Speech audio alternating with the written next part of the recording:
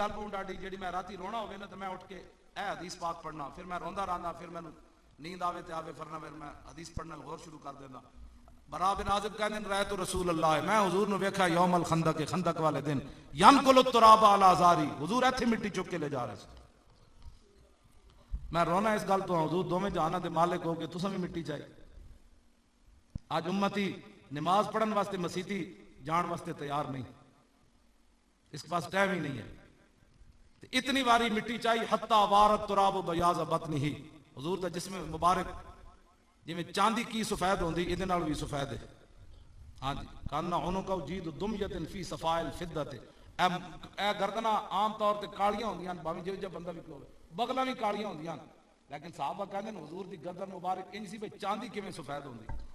हाँ जी, बगल मुबारक भी हुजूर जब इत्थे हथ उठांदे सन, साहबा कहंदे ने इत्थों दी चमक भी सानू नजर आंदी सी।